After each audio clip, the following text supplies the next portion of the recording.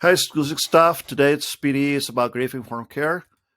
We're going to review the goals for this PD is understand the definition of grief, learn the impact of an addressed grief on students, understand the key components of a grief informed school, learn tips and strategies for helping support grieving students, review grief support resources, and remember the importance of self-care.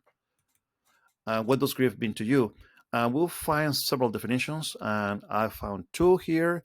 One by Dr. Grimes and Dr. Spencer. Grief is the absence of something perceived as meaningful. And one by John James and Russell Friedman. Grief is the conflicting feelings caused by the end of or change in a familiar pattern of behavior.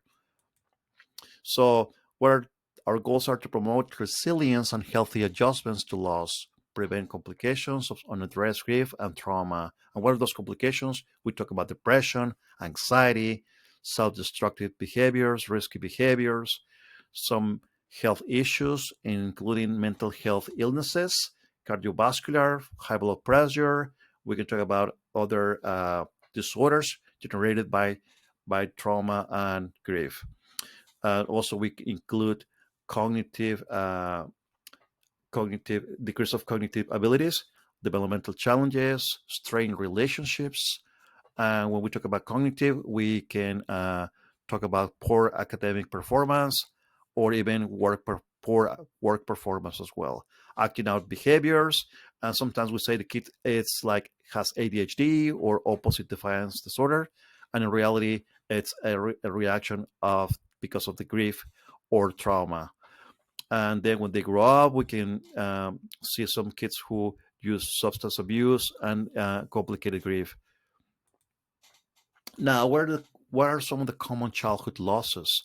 Uh, when we have our minute meetings, when I ask questions and they tell me what they're sad, some of those uh, comments are like death of a pet, death of a grandparent, and even if the grandparent or relative didn't live with them, they still feel like sadness because their parents cry, and then or they call them once a week, and they know they heard that voices, and that's like it's grief as well. And also some major moves: divorce of child's parents, death of a parent, death of a playmate, friend, relative, debilitating injury to child or someone close, or even deportation of parents or siblings or any relatives living in the house, or even incarceration. So, what are some of the signs? Some of the signs of grief could be numbness, reduced ability to concentrate, major changes in eating and sleeping patterns, emotional highs and lows, and that's what we were talking about. Uh, Also, it can be reflected as a disorder. Sometimes a child has struggling to learn, and we can say, okay, probably the child has ADHD or dyslexia, probably as a result of trauma or grief. Okay, and then we have the guidelines. General guidelines: we never compare losses. A loss is experienced at 100%. Time doesn't heal, actions do. So that's why it's important to do work with them and try to find some actions. Like recovery from grief is achieved by a series of small actions, choices made by the griever. So we have some techniques and some strategies you can use in the classroom.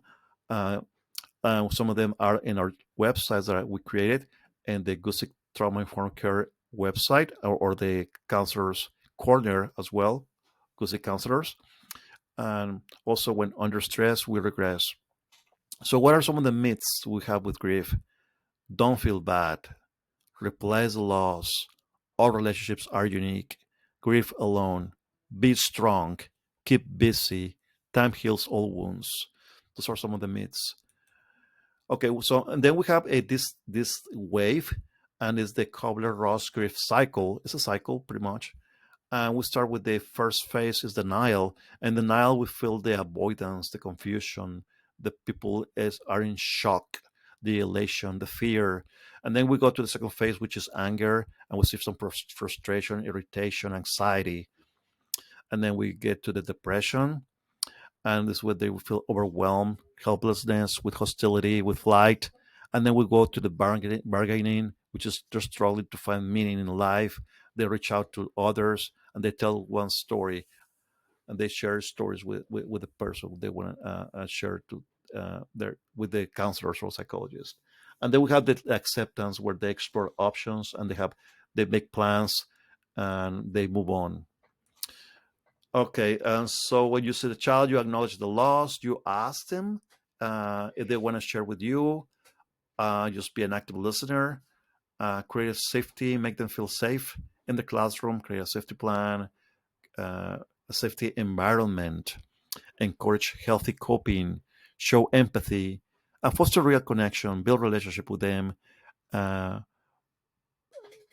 uh, I mean, you can use different techniques. Like sometimes you can have lunch with them, do art with them, share what the type of music you like or sport you like. So make connections with them as much as you can. Okay, then we have five statements. So you tell me if they're true or false. The first statement is children shouldn't go to funerals. True or false? Second statement, children are resilient and will eventually be okay. True or false? Use the terms like death and dying and avoid euphemisms when talking to children. True or false? Don't force children to talk about their loss. True or false? And time will heal all grief wounds. True or false? So here are the answers. Children shouldn't go to funerals is false. Children are resilient and will eventually be okay. False. And use the terms like death and dying. Avoid euphemisms like they passed away or they're sleeping or whatever. You know, it's like those are not the right way to say. It's use the words death and dying. And don't force children to talk about the loss. If they don't want to talk about it, that's fine. Okay, it's true. And time will heal all grief wounds. That's false. All right, now what can we use? We had several strategies, and as I told you, we have the websites that are there for you with videos, with strategies, with techniques. So, and the first one is mindfulness. Is just focusing on the present, becoming aware of the present, not ignoring thoughts or feelings. So it's what you experience day by day. Try to live daily and support the child and motivate the child and praise the child for things they do well. And when you see their experiences struggling with some sadness, then you use the techniques that I told you, like the breathing, body scan, guided imagery, mindful walking or mindful coloring or exploring emotions, bounce back. And those are in the websites that I told that I created bit.ly forward slash Goose TIC, and the other one is bit.ly forward slash counselors, Goosey counselors. So, what are the key components of this PD? The first one is the staff training, which is this one.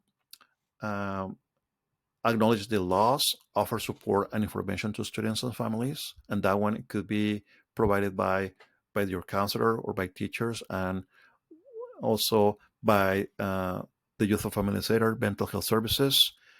Uh, Ensure the school is a safe place, not a source of more stress. Be culturally sensitive. That's important. Understand their culture and the way they react to their grief. Some people, they don't want to be called when they're going through grief to the moment they're trying to recover from the loss of their loved ones. So it's part of their cultural, the way they want their space and time. Another one is employ classroom and institutional best practices, support transitions, understand handling when school dead. Okay, like a couple of years ago, we have a child who died in a car accident, and we have a protocol where the counselors and psychologists from different parts of the district came to our school to provide support to our teachers and to our students. Um, we have created a grief sensitive team in our school. We have five members, some teachers and some 18 members are part of the team, and we will provide you with the names. So you want more support and you want your children to be mentored by those persons, they are happy to help. And we will provide you the name of the persons as well. And also, the key points are: be understanding and patient of common grief reactions, be simple and straightforward, avoid euphemisms like they are sleeping or they passed away, avoid making assumptions.